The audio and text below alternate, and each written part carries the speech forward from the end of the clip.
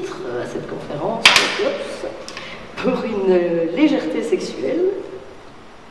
Ah, il est déjà. Donc, avant l'Antiquité, on est dans des situations, dans des civilisations, excusez-moi, je suis vraiment pas du matin, primitives, donc païennes, et on trouve une représentation sacrée de la sexualité. Vous savez, j'imagine dans la tête ces petites statuettes bien en chair qui représentent donc la fertilité. Donc on a une vision de la sexualité qui est une vision qui est liée au Dieu, qui est une vision qui est liée à la mort, qui est à la fertilité et à la lignée.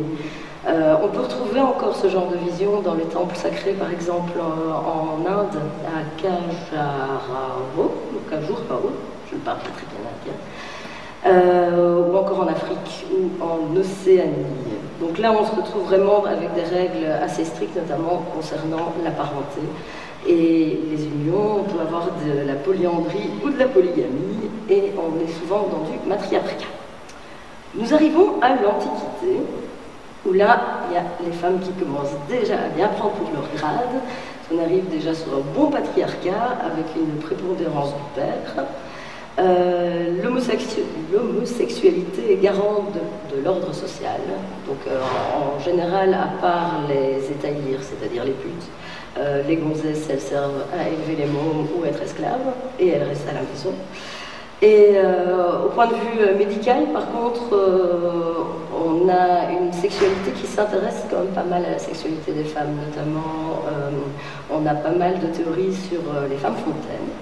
Et on pensait notamment que les femmes devaient éjaculer pour que la semence des femmes rejoigne la semence des hommes, ce qui est plutôt sympathique pour les femmes, pour en faire des bonbons. Là, on arrive à Aristote.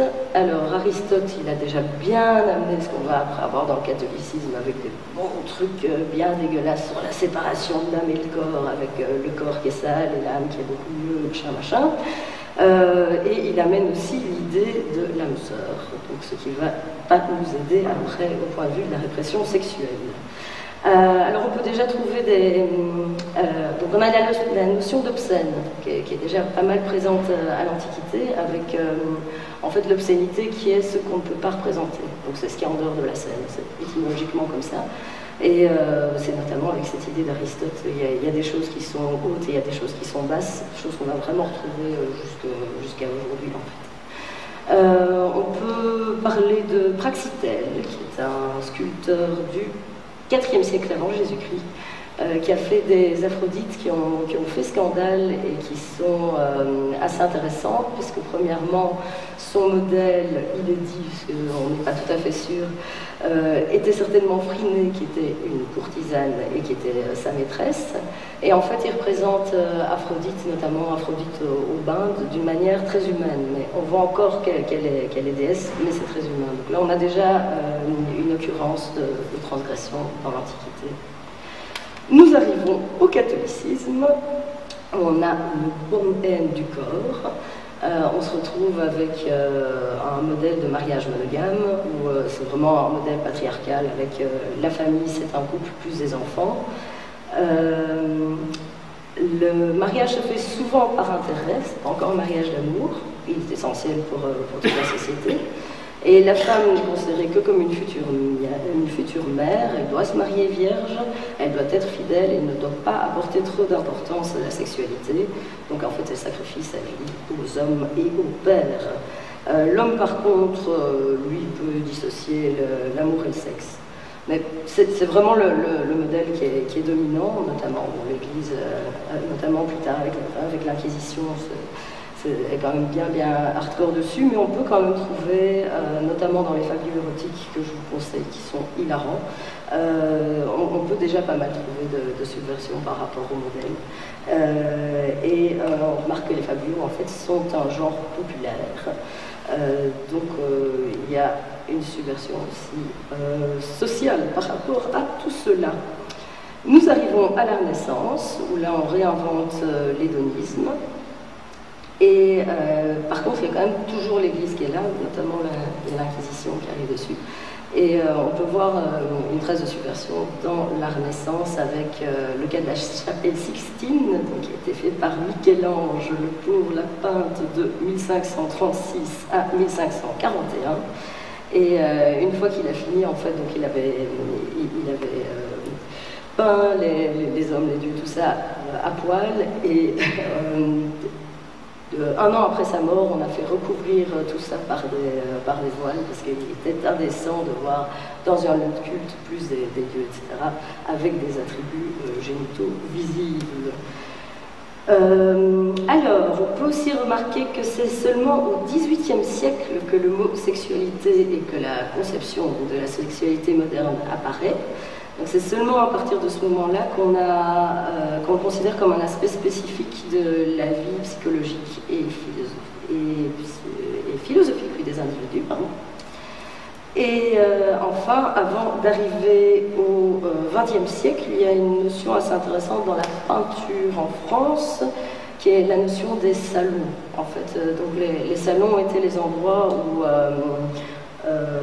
l'art, qui était donc l'art subventionné par l'État, c'est-à-dire par le roi, était montré. Et en fait, déjà à partir du XVIIIe et surtout au XIXe, ça commence vraiment à devenir un lieu de subversion. Donc on a un peu tendance à voir le salon des refusés, et puis ils sont arrivés, ils ont foutu la merde, etc. Ben, en fait, on remarque quand on analyse un peu plus les choses que c'était un lieu où on s'attendait à avoir de la subversion aussi. Et que déjà des gens pouvaient jouer sur l'idée de la subversion comme une idée qui peut être commerciale. On retrouve notamment Manet qui était pas mal là-dedans en se montrant comme un martyr du fait qu'on n'ait pas fait qu'il mette des gonzesses à poil, tout ça, mais qui faisait exprès de le faire et qui savait qu'il serait accepté dans le salon en question. Nous arrivons au XXe siècle. Est-ce que ça va pour tout le monde? Ça va trop vite, c'est vous comprenez, tout va bien? Très bien, super. XXe siècle donc. Alors, le XXe siècle est un moment de très grands changements sociaux, notamment avec les deux premières guerres qui forcément changent beaucoup la façon de voir si on reçoit des ordres ou pas quand on vient de se faire massacrer au choix des dames sans trop comprendre pourquoi on devait faire ça. Et ce qui change aussi énormément la situation entre hommes et femmes en fait, puisque on avait besoin que les gonzesses fassent quelque chose pendant que les hommes se faisaient tuer. Donc les femmes ont commencé à travailler, ont commencé à prendre pas mal d'indépendance. La Première Guerre mondiale est aussi intéressante au point de vue de la contre-culture, puisque c'est elle qui a pu créer le surréalisme et le mouvement Dada qui avait lieu un peu avant, qui a été redécouvert par le surréalisme, où il y a vraiment un côté non mais c'est plus possible ce que vous me demandez, donc un rejet vraiment de tout ce qu'il pouvait y avoir comme norme de la société et qui se représente aussi d'une façon assez trash au point de vue sexuel. Alors, les années 50 sont l'avènement de la culture de masse, ce qui va évidemment aussi changer énormément de choses dans la façon de voir la culture et l'art. Et ce sont aussi les années où il commence à y avoir le rapport Kinsey et puis les rapports de Master and Johnson, etc. Donc on commence à avoir un discours public sur les pratiques sexuelles. En fait, avant, notamment au début du XXe siècle, parce que fin du XIXe c'était encore vraiment difficile, il y avait un discours sexuel, mais c'était vraiment la bohème, les artistes, etc., qui le produisaient. On pouvait commencer à avoir un peu de liberté sexuelle, notamment dans les années 20, au point de vue des cercles lesbiennes dans certains endroits, etc. Mais il y avait vraiment un côté artiste, machin. Donc là, on a vraiment un discours qui devient public, où on se rend compte avec le rapport Kinsey que finalement, il y a beaucoup plus de pratiques sexuelles qui sont pratiquées par pas mal de monde, sans que ce soit vraiment des perversions. Notamment, il y a une remise en question on est soit hétéro, soit homo, avec Kinsey. Et donc voilà, ça change forcément beaucoup de choses sur la façon de voir le sexe. Et les années 60-70, on a la grosse révolution au point de vue des mœurs, l'arrivée de la pilule, ça change vraiment évidemment beaucoup de choses. Et puis les années 80 arrivent avec le sida, ce qui fait un peu foirer toutes ces belles libertés qu'on avait grâce à la pilule. Dans les années 80, on retrouve aussi la reconnaissance des homosexuels.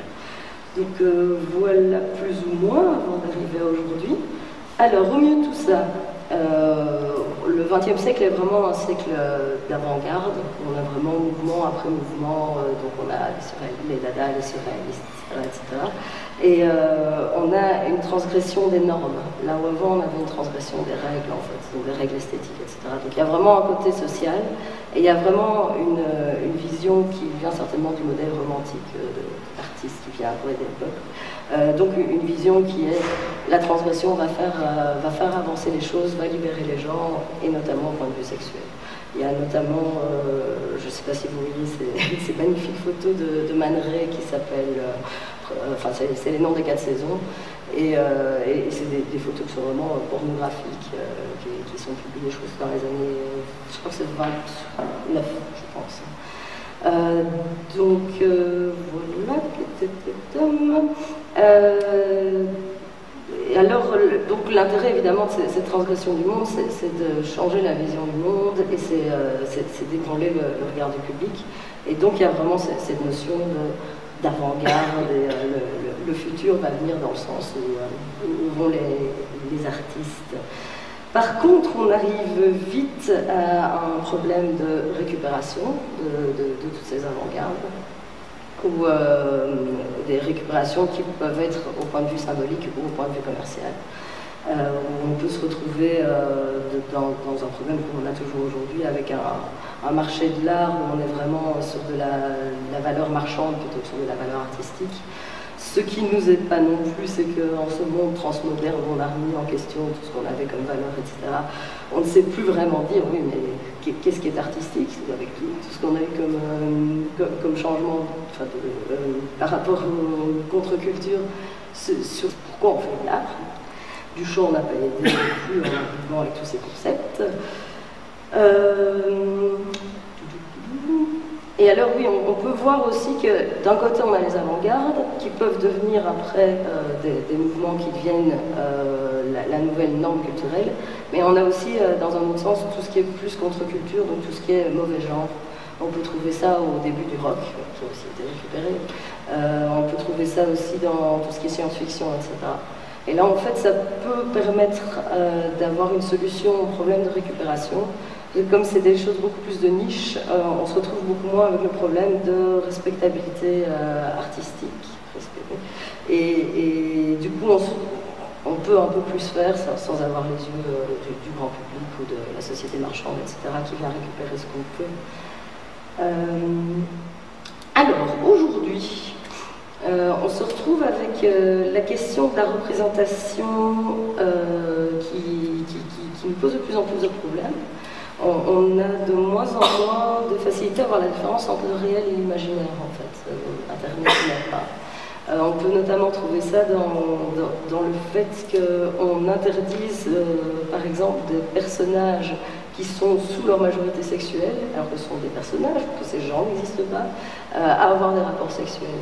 Il y a eu aussi toutes ces questions de la représentation de la cigarette sur les timbres, je ne sais pas si vous vous souvenez, en France.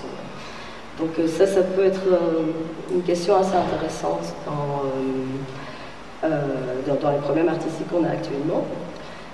Comme on a beaucoup de circulation des idées, notamment avec le net, forcément, pour être scandaleux, c'est de plus en plus difficile. Et on se retrouve beaucoup sur du scandale pour le scandale, du scandale commercial, donc on se retrouve sur du buzz, etc. Et on se retrouve aussi un peu à essayer de s'en sortir au milieu du mythe de l'homme libéral qui est un peu en train de se casser la gueule, où on voit l'homme comme s'il contrôle sa vie, il maîtrise son destin, il maîtrise son interaction avec les autres, donc il va réussir, donc il va trouver l'âme sœur, donc demain ce sera mieux, il gagnera, etc. etc. Et alors le mythe de l'amour et le mythe de la monogamie aussi commence à être mis de plus en plus à mal. C'est des questions sur lesquelles les artistes s'interrogent. On peut trouver ça notamment, par exemple, dans les dogmas, dans les films dogmas.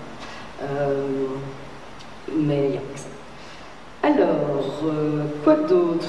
Et en fait, on peut voir tout ça comme une lutte de pouvoir, avec un certain establishment qui crée une culture de masse en créant créant les classifications de ce qui est bon et de ce qui n'est pas bon, et qui profite de sa place de domination pour faire passer la légifération par rapport à ce qui est bon ou ce qui n'est pas bon. Et alors on a aussi un rapport assez condescendant par rapport aux dominés, notamment sur le fait de choisir quel est le public qui est autorisé pour telle ou telle chose. Par exemple, si les enfants peuvent voir quelque chose, avant il y avait les femmes, maintenant ça passe de moins en moins bien, ou alors ce qu'on trouvait pas mal au siècle dernier, certaines choses qui passaient sous le manteau, mais pour les gens instruits, parce que les gens du peuple ne pouvaient pas comprendre et risquaient de faire des choses qu'ils ne pouvaient pas par rapport à ça. Donc voilà un peu tout ce qu'on a comme norme par rapport à la sexualité et sa représentation au point de vue artistique. Alors, moi, ce que je vous propose, j'ai oublié mes slides, qui ne sont pas très intéressantes. Et voilà. Moi, ce que je vous propose, bon, c'est mes réflexons et mes idées, après on pourra en discuter.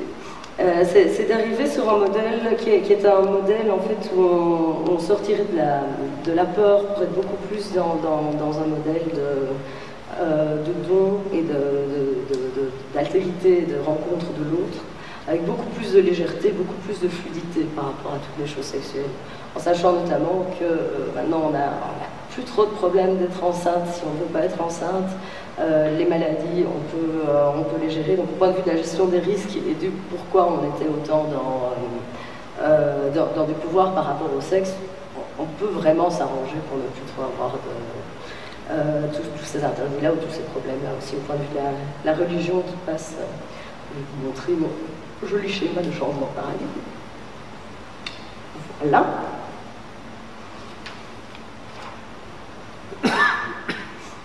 C'est pas seulement pour le sexe, je trouve que ça marche bien pour le sexe. Et pour les rapports de couple aussi.